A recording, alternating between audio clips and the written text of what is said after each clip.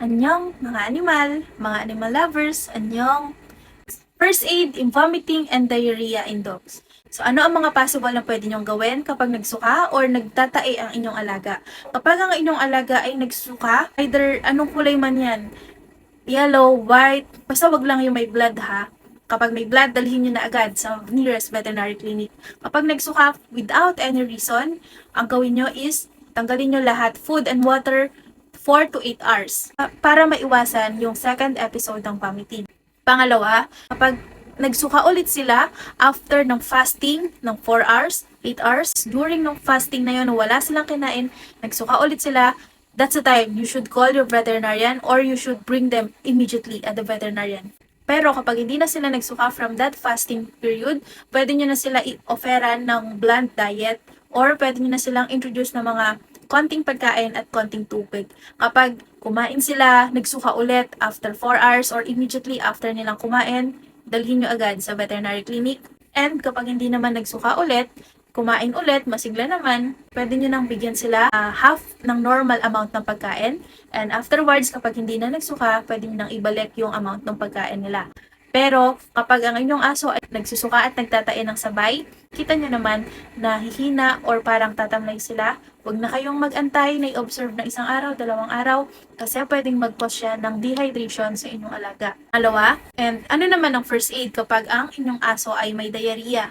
So, kailangan yung observe kung ang diarrhea ba ay sobrang tubig, kung anong kulay, at the same time kung meron ba itong blood. Kailangan din malaman, baka nagpalit lang kayo ng food, kaya nagtae ang inyong alaga. Baka nagkaroon lang ng stomach upset.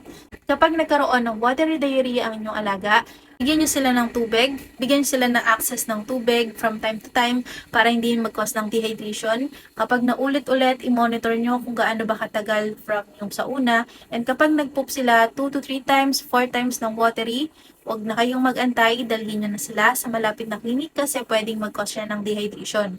Ang vomiting at diarrhea ay serious scenario kapag yan ay paulit-ulit, lalong-lalo na kung walang appetite ang inyong alaga. Pwedeng hindi lang yan simple, pwedeng virus na pala, pwede yung protozoa, pwedeng iba ang nagkakos kung bakit nagkakaganyan ang inyong alaga. So might as well, mas maganda, dalhin nyo na sila sa malapit na klinik. Kapag ang inyong alaga ay may diarrhea lang, hindi naman nagsusuka, pwede kayong bumili, pwede kayong maglagay ng dextrose powder na may electrolytes doon sa kanilang tubig. Wala akong gamot na sasabihin ko ano yung pwede nyo ibigay sa inyong alaga dahil hindi yan simpleng sakit.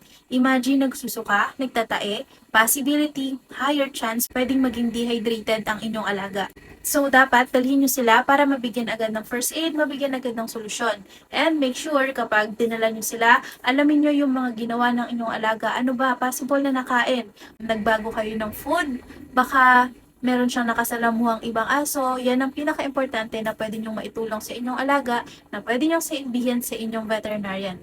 And kapag umokay naman ang inyong alaga sa dextrose powder, and hindi na nagsuka, umayos na yung pagtatae, pwede nyo nang i-observe ang inyong alaga. Kapag naulit, dalhin nyo na lang sa clinic. Kapag hindi, okay na. And make sure na walang mga poisonous products na pwedeng ma-access ng inyong alaga na pwedeng mag-cause ng pagsusuka at pagtatae. Okay? So, yun lang. Thank you. God bless.